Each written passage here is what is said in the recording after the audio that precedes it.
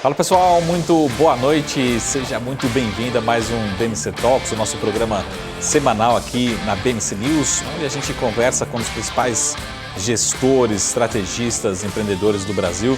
E lembrando também que você pode acompanhar toda semana o BMC Talks na sua plataforma de podcast preferida.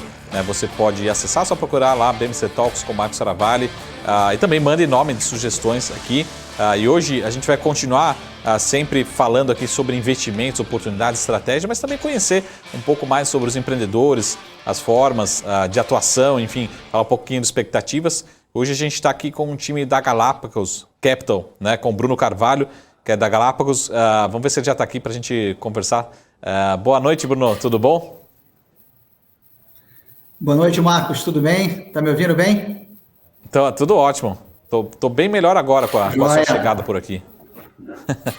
Pô, que bom. Prazer, uma honra poder estar aqui com vocês. Obrigado pelo convite e espero que seja um papo bacana. Obrigado você.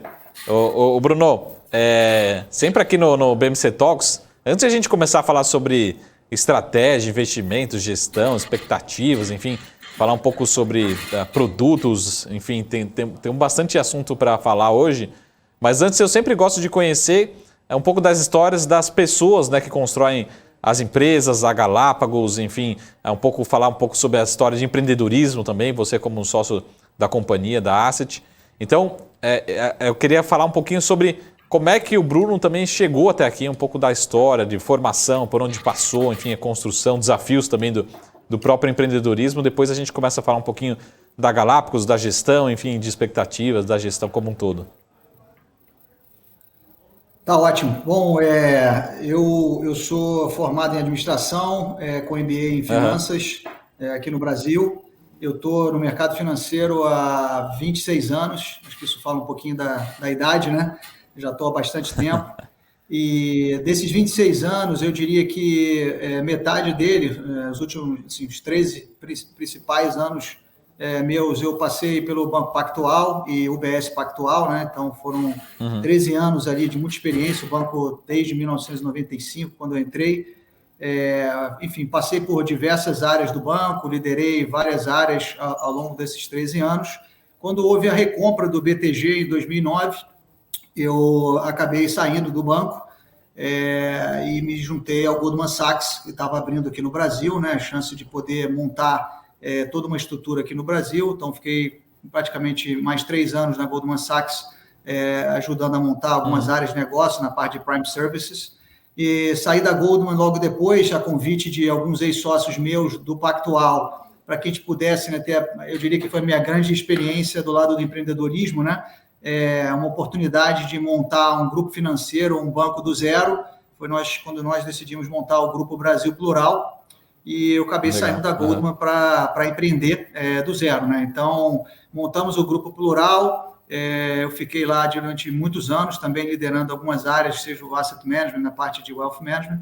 Depois eu acabei nessa toada de empreendedorismo, enfim, fiz um spin-off de uma nossa operação e montamos um Family Office, e eu acabei tocando essa operação como CIO durante os últimos anos, até que em 2019 eu acabei me desligando, né, da operação, e acabei, por felicidade, reencontrando o Carlos Fonseca, que tinha sido meu companheiro de Pactual de muitos anos, e a gente casou eu diria que os nossos planos no que era a idealização que ele tinha. Ele também estava saindo de uma empreitada lá no C6, quando ele montou o banco do zero, um banco digital, e a gente acabou se encontrando, e a partir daí eu e ele, junto de diversos outros sócios bastante sênior, acabamos alinhando os ares para a montagem da Galápagos, né, que foi ali no meados para o final de 2019. Então, a empresa é relativamente jovem, né? Então, só para deixar claro, a Galápagos foi montada em 2019, porque acho que a pergunta também é a seguinte, você monta uma gestora, uma empresa em 2019, que enfim, foi um ano bom para a economia mundial, para a economia local, e na sequência vem uma das crises, né, talvez até comparada em alguns momentos ali com a maior crise financeira dos últimos anos, né? 2008 tivemos algumas comparações, foi a crise do coronavírus, né? E aí é sempre aquela pergunta, como é que fica o empreendedor? Se você, pô, caramba, a gente montou uma empresa agora, nesse momento, em 1 ano, 2 anos de empresa, veio uma crise, né? Como é que foi a passagem, né? Principalmente, acho que 2020 foi um ano bastante difícil, aquele aprendizado, né? Volta todo mundo para casa, home office, enfim. Como é que foi essa passagem por 2020? Essa, para mim, é a principal pergunta, mas, de certa forma, ela encaixa muito com o que a gente queria fazer aqui dentro, né? Quando a gente se juntou, eu acho que um grupo de pessoas extremamente sêniores dentro do partnership, dentro da sociedade, liderada, obviamente, quando o Fonseca montou a operação, eu acho que veio muito disso a nossa intenção de fazer esse movimento de olhar para o que a gente criticava do que já vinha acontecendo dentro do mercado doméstico, né? Então, eu acho que, assim, mesmo antes da crise, não saber que vinha uma crise na frente da gente, né? A gente tinha na cabeça o que eram os pilares necessários para montar o que a gente queria montar. E desde então a gente nunca parou de seguir esse plano. Então, o que significava isso, né? A gente via, né, a indústria doméstica caminhando muito para essa questão do financial deepening, né? Essa coisa, né, da sofisticação, ao mesmo tempo da democratização de investimentos, dando maior acesso, a coisa do passivo, né? O dinheiro saindo das instituições, grandes instituições, o investidor menor sendo educado a ter uma oportunidade de acessar mercados que jamais acessou. Então, a gente, de cara, pensou como a gente pode participar dessa evolução de uma maneira diferente, né? Criticar um pouco o modelo e, de certa forma, poder participar dessa engrenagem. Acho que isso foi um pilar importante da montagem da empresa e a gente, em 2019, se preparou para isso, que começou desde a questão do crédito, da parte imobiliária e depois da parte global, eu diria que internacional do nosso negócio. Acho que são 3 pilares relevantes aqui, que é esse acesso maior na plataforma de crédito, democratização do acesso à plataforma de crédito, depois o mesmo para a parte imobiliária e, por último, como acessar os mercados globais. Então, a gente, em 2019, se preparou para isso. Acho que a fundação do negócio veio em cima e a gente preparou um plano de ação, né? Viemos, desde então, idealizando o negócio, contratando as pessoas. É lógico que quando a gente se deparou com o início de 2020 e viu a pandemia aparecendo e acontecendo, a gente talvez tenha retardado o lançamento dos nossos produtos, dos nossos fundos, a forma como a gente ia fazer, mas a gente, de forma alguma, deixou de executar nada do que a gente tinha no nosso plano. Tá? Só para você ter uma ideia, desde o início de 2020, quando a gente começou a montar a companhia de fato, até o dia de hoje, né, 1 ano e meio depois, a gente saiu de, 15, 20 pessoas e hoje a gente tem no grupo 130 pessoas.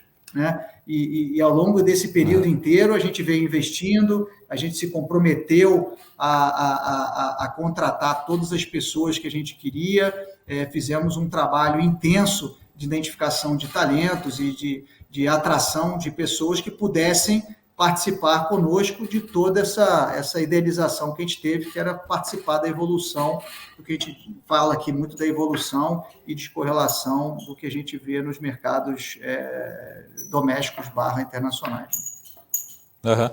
Ô Bruno, só para recapitular um pouquinho também do portfólio da Galápagos, um pouco, se você puder falar assim, um pouco de quanto vocês hoje têm em gestão e se tem alguma dessas estratégias que você falou que ainda predomina, né? Você falou que tem uma origem ali no crédito, enfim. Tem alguma estratégia que hoje represente mais? Como é que está esse portfólio dentro da Galápagos?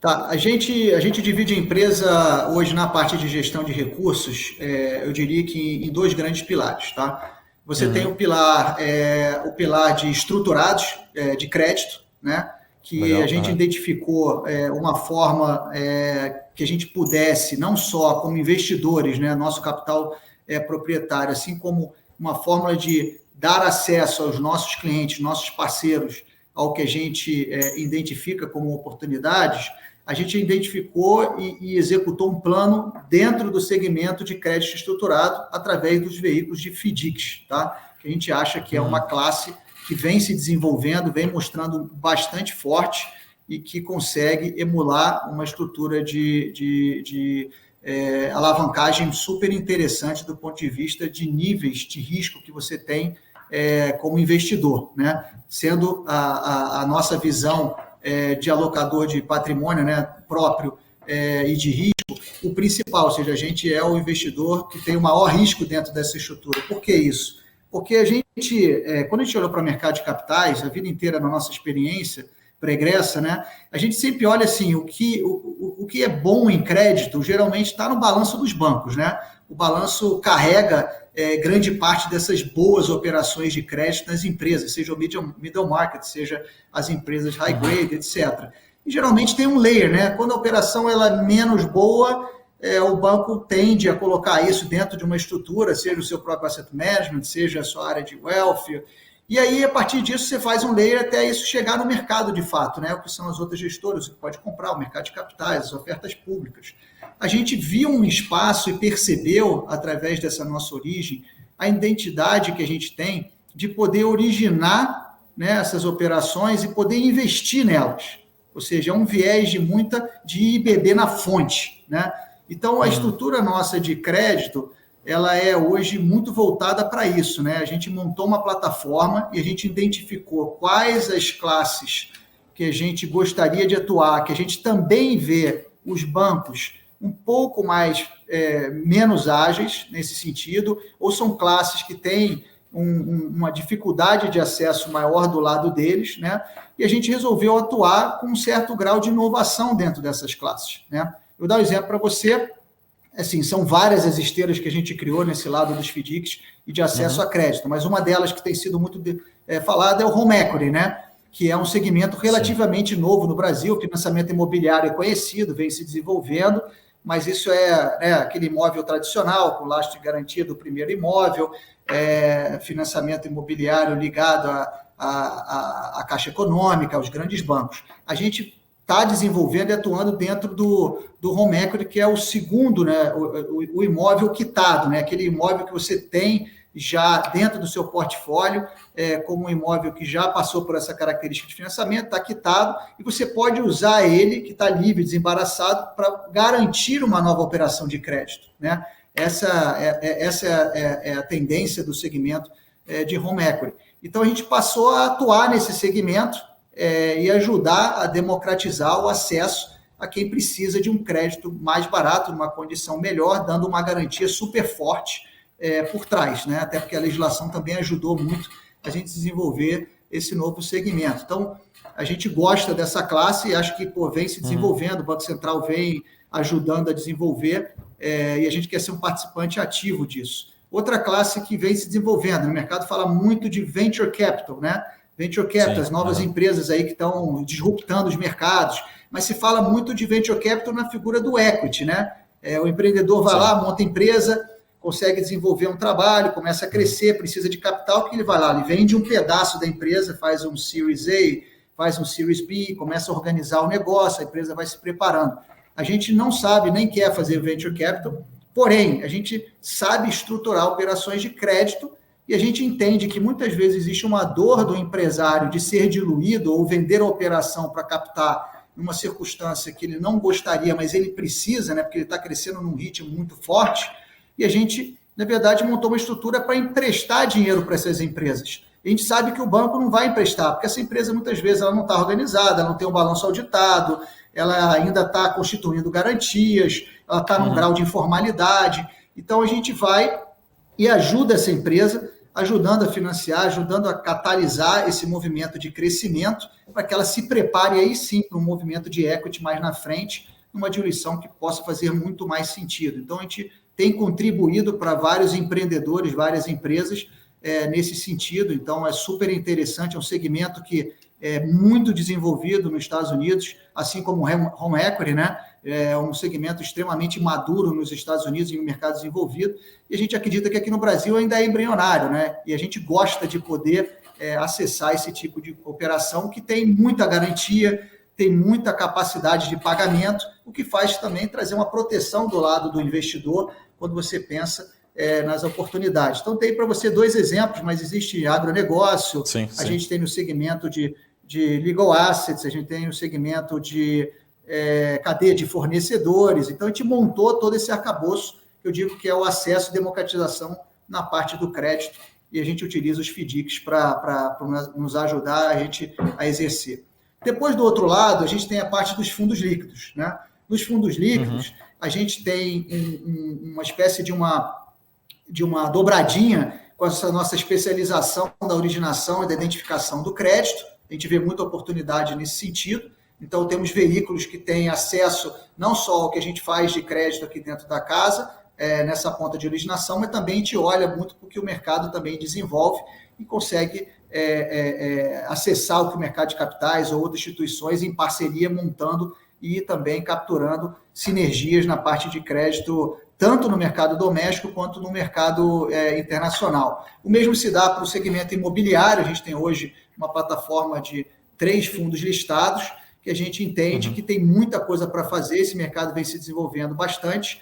A gente tem, tanto no segmento de fundos imobiliário, a parte de fundos de CRIs, né, que é outro segmento que a gente acredita bastante na securitização das estruturas imobiliárias. E, por último, agora, que é super na moda, o pessoal tem falado bastante, a gente emitiu o primeiro FIAGRO do Brasil, né, através de uma oferta 476. Nós fomos aí inovadores, participamos de todas as discussões regulatórias, tudo que veio acontecendo, e acabamos saindo na frente, lançando o primeiro FIAGRO, que no nosso caso são fundos que o fundo possui na sua carteira os CRAs, né, que são certificados recebíveis do agronegócio. Então, enfim, fizemos um primeiro lançamento e vamos agora partir para uma oferta maior, vendo toda essa demanda que existe dentro dos produtos listados. Então, a nossa plataforma imobiliária tem essa característica, né? A gente usa o mercado de capitais para nos ajudar nesse sentido. E, por último, a gente tem os nossos veículos, que são os produtos, eu chamaria com uma tendência de atuação mais global, né? Que é a parte macro, multiestratégia, a parte de quantitativo sistemático e a parte de acesso a mercados globais, que a gente também oferece para outros segmentos que a gente tem menos atuação.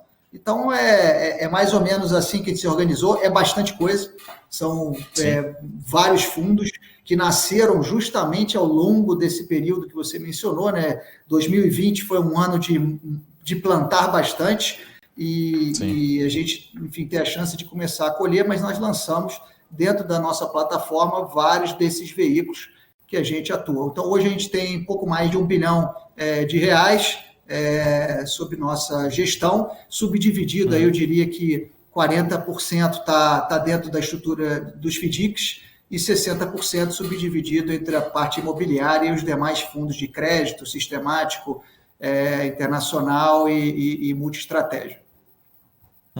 Tá ótimo. E falando de crescimento, né? Crescimento não só do setor, né, da indústria, e também de vocês, da Galápagos, como você falou, talvez a gente possa fazer uma oferta num fundo imobiliário novamente, enfim.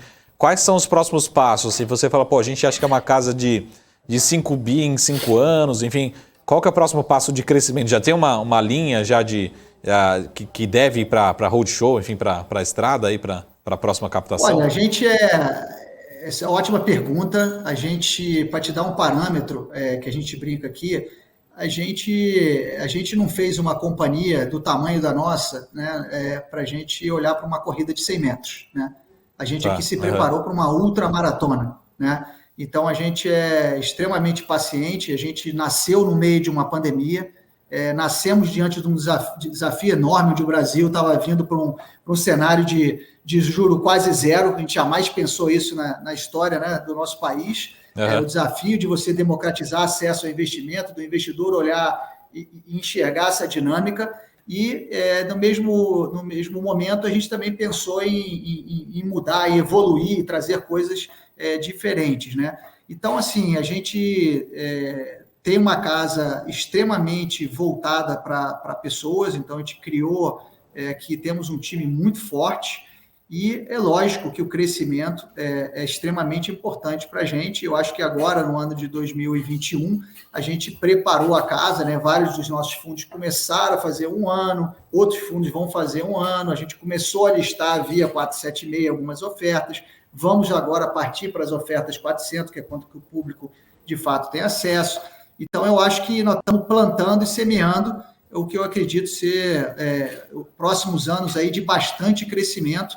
Eu acho que você falou certo, né? A gente não é uma casa para ter nem 1, nem 2, nem 3 bi. Eu acho que a gente almeja aqui ter múltiplos bilhões aqui dentro da nossa casa, justamente porque a gente preparou para de fato, ter uma plataforma bastante complementar e que eu acho que ela é um pouco a prova de cenário, ou de mudanças que possam acontecer, porque a gente está em muitas classes de ativo, né? Quando você olha, né, dentro do crédito, a gente tem crédito líquido, crédito estruturado. Quando você olha para multi-estratégia, multimercado, a gente não opera só Brasil, a gente opera global. A gente tem um produto sistemático com uma característica mais defensiva, menos interferência humana. A gente não se preocupa com análise nesse produto, por exemplo, em ser top-down. É uma coisa que parte através de modelos. Depois você tem o acesso que a gente tem da plataforma global em áreas de atuação que a gente não tem expertise. A gente trouxe, né, gestores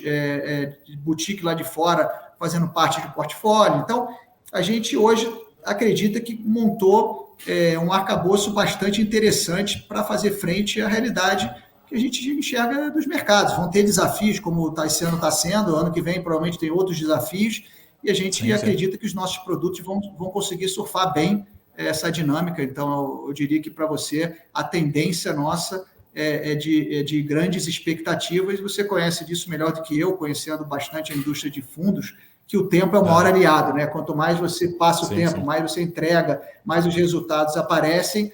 Eu acho que você vai sendo mais elegível para fazer parte das carteiras, você entra em outros segmentos e assim vai, enfim, sucessivamente. Uhum.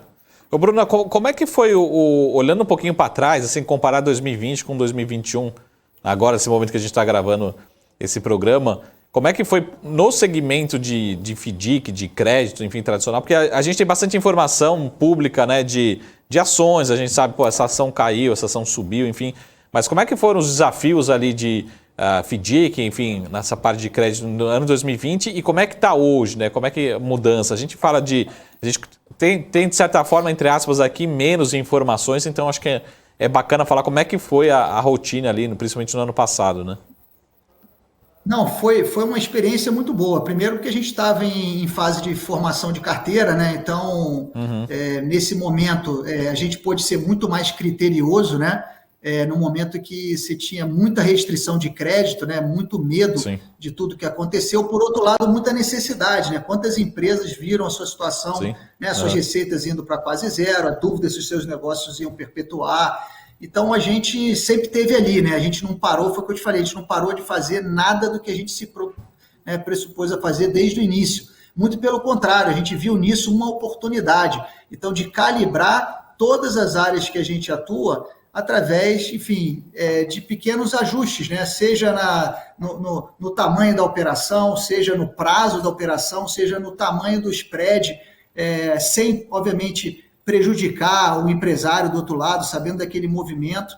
Então, eu diria que, sim, para a gente, como experiência de montar um negócio, foi muito bom. A gente conseguiu montar uma carteira muito saudável. Pra você ter ideia, não tivemos nenhum problema de inadimplência em nenhuma das nossas áreas de atuação, legal. Nem no agronegócio, nem no home equity, nem na cadeia de fornecedores, porque acho que a gente soube calibrar, né? A gente conseguiu apertar um pouco no crédito, no ponto de vista da taxa, né? A taxa estava baixa, né? Porque a gente atingiu aquele nível de taxa de juros tão baixo também, que ficou mais fácil você dar esse ajuste. Ao mesmo tempo, a gente conseguiu calibrar os prazos, conseguimos calibrar as garantias, que são fundamentais para garantir essa estrutura. O que acontece agora em 2021, eu acho que é uma readequação, né? É um exercício que é contínuo, né? Crédito é um exercício contínuo, você não pode dar o dinheiro e achar que lá na frente que você vai ver se está tudo bem, você tem que acompanhar o setor, você tem que acompanhar a empresa, você tem que acompanhar na boca do caixa o que está acontecendo, e a gente sente que eu acho que é um ajuste de perspectiva do lado do tomador, né? Vai ficar mais caro, vai, mas ao mesmo tempo tem dinheiro disponível. E eu acho que vai ser mais uma questão de adequar as expectativas, mas a gente continua vendo, principalmente nesses segmentos que a gente está atuando, que são mais disruptivos, ainda muita demanda pelo crédito, né? Tem muita coisa que está acontecendo e se a gente, de fato, engrenar, seja pelo fato da retomada, seja pelo fato do crescimento, que ainda parece ser ainda meio pífio, né? A gente acha que crédito é a válvula e outra, o juro vai subir marginalmente para um patamar para ajustar a questão da inflação, mas depois sobe e vai cair de novo, né? Então, é um movimento de curto prazo que a gente sabe que vai doer um pouco mais, mas se todo mundo, se a gente souber fazer uma conta onde para o tomador e para o doador a conta for boa, todo mundo atravessa esse ciclo com tranquilidade e eu sempre falo, vira uma win-win, né? Todo mundo ganha com isso. O investidor não quer ter susto, sim. Nós incluído nisso, né? E o outro lado também não quer ficar apertado e ter um problema de pressão que possa prejudicar a perpetuidade do seu negócio. Então, a gente está vendo uma forma muito positiva a despeito dessa pequena ruptura que a gente está vendo de curto prazo aí com a questão, sim. Enfim, de reprecificação dos mercados. Né? Sim, sim. Até falando de juros, aqui eu vou pensar no lado de doadores, né? De nós investidores. Aqui a gente está emprestando recurso para as empresas. Mas no sentido assim, beleza, a gente vai ter aumento de juros, a gente tem aumento de retornos, mas para quem é investidor da Galápagos, enfim, está nesse setor, nesse sistema, a gente necessariamente está correndo mais risco ou não na mesma proporção? Como é que funciona essa relação aumento das taxas, né, aumento de retorno para o investidor e a proporção de risco? Como é que fica? A gente necessariamente está correndo mais risco? Olha, eu vou reforçar para você o que eu falei aqui. Eu acho que a gente é mais criterioso nesses momentos. Sim, então, todas as nossas operações, tudo que a gente faz, a gente se preocupa muito com o colateral, ou seja, a operação tem que ter garantia, tem que ter capacidade de pagamento, ela tem que sobreviver em detrimento de qualquer situação. Então, eu acho que assim, eu diria que eu vejo de forma muito positiva, porque a gente vai chegar no denominador que o retorno vai ser melhor, e eu acho que a garantia ainda vai ter a qualidade que a gente sempre quis para atravessar qualquer dificuldade. Então, eu acho que eu diria que brincando aqui, a operação, de uma forma geral, os produtos vão até engordar um pouco mais, que eu brinco, né? Não é engordar correndo muito mais risco, porque a gente tem sempre essa preocupação de preservação de capital do outro lado, até porque nós somos investidores, tanto quanto os nossos clientes, nós estamos alinhados, fazendo parte desse risco. E no caso de produtos como o FDICs, nós somos o first loss, né? A primeira perda, dado a subordinação que existe, o primeiro dinheiro que perde é o nosso dinheiro, né? Então, a gente quer que tudo saia da melhor forma possível e a gente vai sempre ter a diligência de se preocupar ao máximo. Então, isso vale para todos os nossos fundos, sejam eles os estruturados, sejam os fundos de crédito líquido. Crédito, a gente tem muito respeito por essa categoria e acreditamos que faz muito sentido ter, né, aproveitar essa nova, eu diria que esse novo patamar que está se colocando, mas continuamos acreditando que tem espaço para todas as classes de ativo, né? Não é só porque o juro está subindo, o juro está subindo porque a inflação está subindo também. Então, é uma consequência natural, mas a gente acredita que a diversificação é a melhor forma de você mitigar risco, né? Que você tenha operações que sejam pulverizadas, que sejam muito bem estruturadas e que você consiga ter diversos produtos dentro do seu portfólio que te ajudam a equilibrar toda essa dinâmica de diversificação. Muito bom. Ô, Bruno, eu queria mudar um pouquinho de assunto para a gente aproveitar também o nosso tempo aqui. E falar como você falou em relação ao Fiagro. Se você puder apresentar mais ou menos o que é essa operação, talvez seja, como você falou, uma novidade para a gente entender assim, quais são os ativos, quais são os riscos, o potencial, enfim, qual que é a expectativa de próximas ofertas, né? Enfim, a captação, enfim, crescimento desse segmento. O Fiagro, ele é uma réplica do que é o FII de CRIs, né? Na verdade, você está dando acesso a uma carteira de recebíveis do agronegócio, empacotando isso dentro de um produto que criou-se um benefício muito grande, né, do ponto de vista, assim como os fundos imobiliários, de isenção, etc. Então, o que a gente procura aqui é poder, de novo, muito preocupado com o crédito, com o recebível, com a garantia, identificar bons doadores, né, boas empresas, bons empresários, e conseguir diversificar isso, seja de uma forma como a gente doa o dinheiro, né, em índice de inflação, índice, enfim, ligado à inflação ou a juro direto, e ao mesmo tempo em setores diferentes, né? Deixa eu dar um exemplo aqui. Hoje, como a gente enxerga o nosso portfólio, a gente tem aqui por setor, né?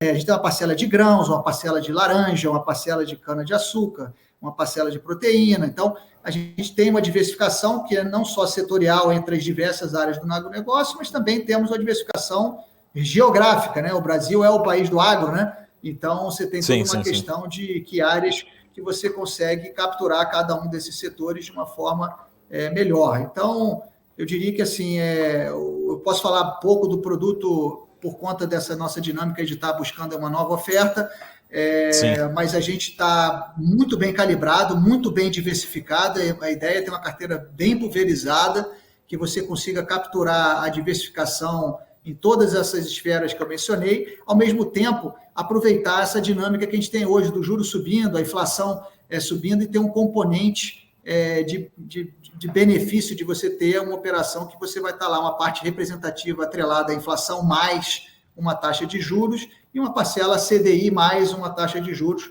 conseguindo trazer um retorno, uma distribuição de renda bastante favorável para o investidor. Uhum. Eu acho que é uma classe que vai desenvolver bastante, vai ter vários players que vão participar, acho que tem inúmeras emissões aí em andamento, então a gente vai ouvir bastante sobre isso. Uhum. E as características são parecidas com os fundos imobiliários, eu digo assim, em termos de retorno, distribuição de proventos também? Sim, exatamente. O conceito é exatamente a mesma coisa. Tá ótimo. Então, os fundos são listados, você tem a distribuição, os fundos são listados, você tem as distribuições periódicas, dependendo da característica de cada fundo, e, obviamente, o fundo sendo listado, ele tem o que é a composição do retorno, é a variação do que o fundo está ali na bolsa, né? Ao mesmo tempo, você tem a composição daquela carteira e quanto ela distribui rendimento. E só para a gente terminar aqui, acho que depois você me corrige se estiver faltando as caixinhas aqui. Mas para a gente falar um pouquinho de internacional, né? Qual que é o foco do internacional? Assim, vocês têm alguma especialidade? Como é que vocês veem também dentro desse...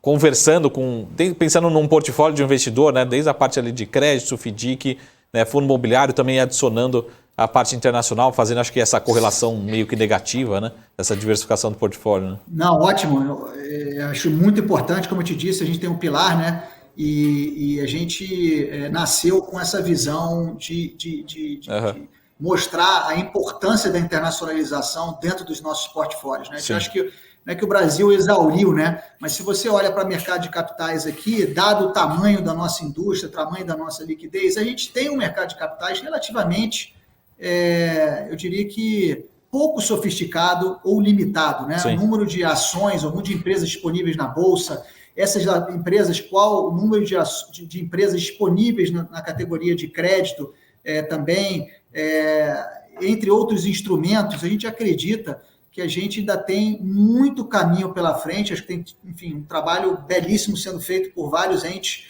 do mercado, no sentido de trazer as oportunidades, mas eu acho que a gente precisa abrir o nosso horizonte. E a questão da internacionalização não é apenas uma diversificação de moeda, que eu acho que a gente também aprendeu que faz parte e precisa ter, mas eu acho de acessar estratégias, setores e regiões que a gente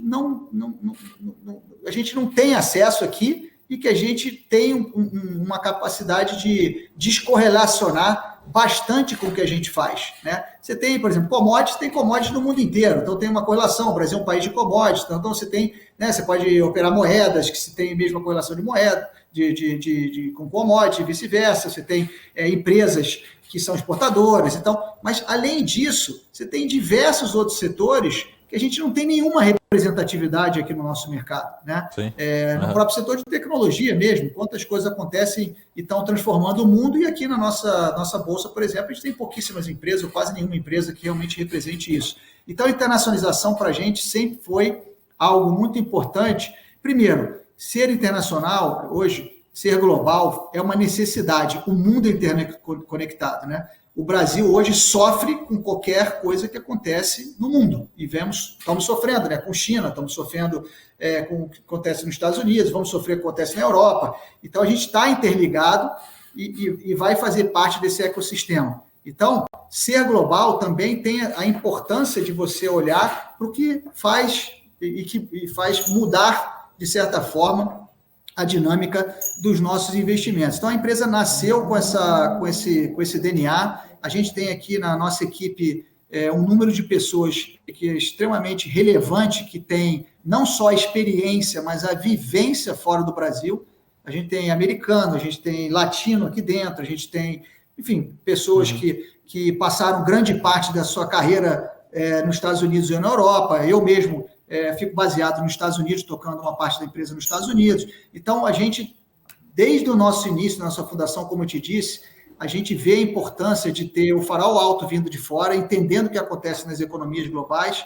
A gente vê as oportunidades de investimento dentro das economias da forma mais diversa, e a gente quer cada vez mais mostrar para o investidor que tem boas oportunidades, isso que ajuda a descorrelacionar com a nossa dinâmica própria de Brasil. Então, vários dos nossos fundos, eles fazem basicamente isso, né? Identificar quais as classes de ativos para aquele determinado momento de mercado, por conta de um fundamento, a gente acha que é melhor estar do que estar em Brasil. Hoje a gente tem a posição, nos nossos fundos de macro, por exemplo, muito pequena ou praticamente zero em Brasil. E a gente vê alguma oportunidade lá fora. Então, de certa forma, a gente vai estar sempre identificando onde a gente vai conseguir gerar mais retorno, mitigando os riscos, com total liberdade e autonomia para atuar em classes de ativo e regiões, né? Então, para isso a gente se preparou, por isso a gente tem um time que a gente julga bastante sofisticado para entender de cada uma dessas dinâmicas entre as classes. Isso vale para o crédito, isso vale para commodity, isso vale para a bolsa, isso vale para, enfim, outras classes de ativo que, inclusive, a gente acompanha também em outras jurisdições. Então, eu diria que assim, o internacional tem um componente muito relevante do que a gente faz, e a gente acredita que cada vez mais vai ser um diferencial para o que a gente está buscando aqui para os nossos investidores. Ô Bruno, só para terminar aqui, eu sempre falo que um bate-papo bom passa muito rápido, a gente já está chegando nos minutinhos finais aqui. Mas aqui é uma pergunta agora é a famosa pergunta para jogar fogo no parquinho, né? Mas assim, vocês têm vamos lá. Gestão de diversos segmentos, enfim, com correlação diferentes, enfim, dependências diferentes. Mas se fosse para escolher, assim, falar assim, aonde que você, Bruno, estaria mais animado, assim? Você acha que tem oportunidade em crédito, aqui em fundos imobiliários, internacional, enfim, olhar para os próximos 12, 24 meses, né? Olhando para esse portfólio da Galápagos, né? Onde você acha que tem mais prêmio, vamos dizer assim, né, em relação ao risco? Essa pergunta, o Marcos, é pergunta de $1 bilhão de dólares, eu vou dizer. Porque, assim, olha, a gente refletiu muito sobre isso desde a formação da empresa, né? A gente podia vamos lançar só o multimercado aqui, não vamos lançar o crédito, ou não vamos lançar o crédito, vamos lançar. E a gente decidiu, porque a gente vê, de certa forma, oportunidade em todas essas classes. E como a gente tem investidores que vão desde a pessoa física, a investidores high net worth, investidores institucionais, cada investidor tem uma dinâmica, tem um bolso, tem um horizonte de investimento. Então, assim, se você me perguntar uma classe, eu não consigo te dizer, porque eu acredito em todas elas, todas que a gente está atuando, né? Às vezes mais numa, menos na outra, em função da dinâmica específica de mercado. Esse ano está sendo um ano difícil para multimercado. A gente acredita muito nessa classe, né? E, de novo, vão ter muitas oportunidades que, num cenário de 12, 24, 36 meses, a gente vai ver um horizonte de boas oportunidades. Quanto maior a vol, mais você consegue capturar essas sinergias. É lógico que no curto prazo o juro está subindo, né? É natural que a gente fale, pô, o crédito vai se beneficiar. Vai se beneficiar. É natural Sim. A gente, de fato, acreditar que nesse cenário de curto prazo os juros, os produtos ligados a crédito vão ter aí uma maior preferência dos investidores. Mas eu acho que a gente vai crescer em todas as nossas iniciativas, eu estou bastante otimista com isso. Eu acho que a gente tem buscado incansavelmente a trazer, né, essa discussão, esse debate, trazer produtos com um viés um pouquinho diferente para conseguir surfar essa dinâmica e essa dificuldade. Mas eu acho que assim, eu não gostaria, seria injusto se eu pegasse um único produto e um único veículo, é só isso aqui que a gente vai fazer. Eu estou otimista que a gente vai conseguir crescer, talvez daqui a alguns meses, se a gente se falar de novo, a gente vai ver que, obviamente, teve um desbalanceio ali um pouco mais aqui, mas, de certa forma, a gente vai continuar crescendo numa proporção bastante legal, e eu acho que vale a pena a gente depois explorando, né, cada um dos veículos específicos. Eu falei aqui de muita coisa, a gente tem uma grade Sim. muito extensa, diferente de algumas gestoras que tem só um produto ou dois, a gente tem uma grade bem extensa. Então, a gente conseguir explorar os nichos que a gente está atuando, entrar no detalhe dos diferenciais em cada uma dessas, que eu acho que faz da gente diferente. Com certeza. Ô Bruno, muito obrigado pelo tempo, pela disponibilidade, pela aula. Eu queria deixar aqui só 2 recadinhos. Primeiro, o site de vocês, né, oficial, galapagoscapital.com, né? Esse aqui que acho que é o site oficial, depois você confirma. A gente faz um trabalho muito legal, não só no nosso site, vocês vão enxergar, a gente tem produzido muito conteúdo, nós temos podcasts semanais, a gente tem a nossa carta mensal, o Marcos, vou te mandar, ficou pronta alguns minutos antes de eu entrar aqui na live, a gente emite nossa carta mensal, tanto ela em forma de podcast, mas também a carta para ser lida. A gente tem, né, o Instagram bastante ativo, nós temos o LinkedIn bastante ativo. Legal. Então, enfim, a gente se preocupa muito com essa comunicação com o público, né? A gente quer que o pessoal entenda o que a gente está fazendo, a gente quer que a gente tenha uma comunicação frequente de todos os nossos produtos, todos os nossos veículos, todos os nossos sócios, gestores, a parte de macro, todo mundo aqui se expõe bastante, e eu acho que isso ajuda, né? Assim como essa iniciativa de poder estar aqui com vocês, o prazer de poder falar um pouquinho e contar um pouco da nossa história, a gente poder abrir isso para todo investidor, que todo mundo tiver curiosidade de conhecer um pouco mais da gente. Legal. E só para fechar aqui, Brunão, o recado final em relação a desafios, né? Que você falou, a gente tem juros aqui, o ano que vem a gente tem eleições, enfim. Só para falar, como é que está o ânimo de vocês aí para os próximos meses, 2022? Como é que vocês estão vendo aí o cenário para fechar esse nosso bate-papo aqui? Muito, muito desafio, né? Eu acho que a gente tem gastado bastante tempo olhando mais para fora. A gente acha que as grandes surpresas têm chance de vir mais de fora do que de dentro. Dentro aqui do Brasil, eu brinco que hoje a gente estava até discutindo isso, né? Os temas são os mesmos da atualidade, né? Alta de juros, inflação e o problema energético, que não é só no Brasil, é no mundo inteiro, né? E eles são mais ou menos interligados. Mas eu diria que assim, a gente está um pouco mais cauteloso, a gente diminuiu muito as nossas posições de risco recente, né? A gente vinha mais animado no início do ano e vinha toda uma discussão. A gente está um pouco mais cauteloso, tentando identificar onde é que a gente está, né, da nossa matriz de entendimento aí, se é stagflation ou se é reflation, né? Aquela discussão que todo economista tem. Mas eu diria que assim, o Brasil, a gente sabe mais ou menos onde é que a gente está, tirando a parte eleitoral, que acho que o mercado já está se antecipando muito, tentando colocar uma precificação para o cenário de eleição, que eu acho que a grande surpresa viria de uma terceira via, né? A gente isolando essa questão política, eu acho que a parte macro está mais ou menos ali, né? O juro vai subir, acho que o mercado já precifica, né? A gente sabe que vai chegar talvez num patamar ali próximo de 10%, a inflação a gente sabe que vai ser combatida com esse movimento de juros, eu acho que a gente vai começar, inclusive, a ter uma sinalização já de uma tendência, uma surpresa, talvez a partir do próximo mês, que ela vai começar a embicar e a gente vai perceber que esse movimento vai de fato acontecer. Então, você já tem aquele desalívio de que, ok, o efeito juro vai trazer o impacto. Então, enfim, eu acho que o Brasil, tirando essa questão política, a gente já sabe mais ou menos o que está na conta. Os mercados precificaram muito isso nas últimas semanas, né? Eu acho que a gente sofreu relativamente um pouco desse movimento.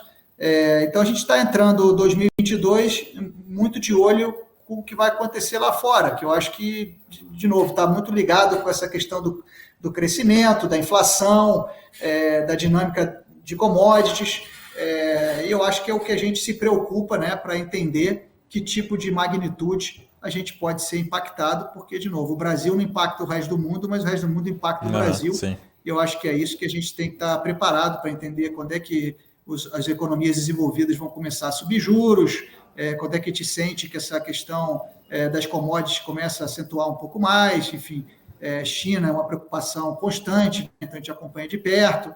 Enfim, eu acho que tudo isso faz parte do nosso monitoramento. Então, sim, a gente está mais leve, então um pouco mais cauteloso para o final do ano. Acho que não tem nenhuma grande emoção para buscar para o final do ano. É um último tri bem cauteloso. E 2022, acho que chegar ali no final do ano e entender quais são todas essas variáveis e aí, enfim, partir para o nosso desafio, que é todo dia, né? A gente olha aqui para as variáveis e vamos em frente.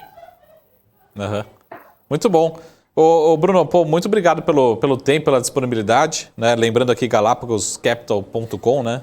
A gente vai entrar lá, fazer a lição de casa, assinar a newsletter, ler as cartas e vamos marcar mais vezes, né? Obrigado pelo tempo, manda um grande abraço para todo o time aí. Pô, eu que agradeço, é um prazer enorme, a gente admira muito o trabalho de vocês aqui, especialmente o seu trabalho, e estamos aqui à disposição para fazer quantas vezes forem necessárias e ajudar o público de vocês aí a identificar novas oportunidades, enfim, conseguir enxergar aí coisas que possam fazer sentido, né? Com certeza. Obrigado, Bruno. Uma ótima noite. Um abraço grande. Boa noite aí, um prazer. Um abraço. Prazer. Boa noite, Bruno. Um abraço. É isso aí, pessoal. Um abraço. É isso aí, pessoal. A gente esteve aqui com o Bruno Carvalho, que é um dos sócios responsáveis pela Galápagos. Lembra, né? Sempre acessem o endereço oficial, galapagoscapital.com, né? Tem newsletter, tem carta mensal. É um time muito bom, né? Que abrange aí desde o FDIC, crédito, fundo imobiliário, investimentos internacionais, bastante completo, tá bom? Então, lembrando também que você pode acompanhar sempre o BMC Talks todas as semanas na sua plataforma de podcast preferida. É só procurar lá, BMC Talks com Marcos Saravalli, também acompanhe, escutem quantas vezes você quiser, envia podcast também, tá bom? Então, toda quinta-feira a gente se vê aqui, BMC Talks, pontualmente, ao vivo, às 18 horas. Tá ótimo? Um ótimo final de semana e a gente se vê aqui na semana que vem no nosso BMC Talks. Até mais, pessoal. Tchau!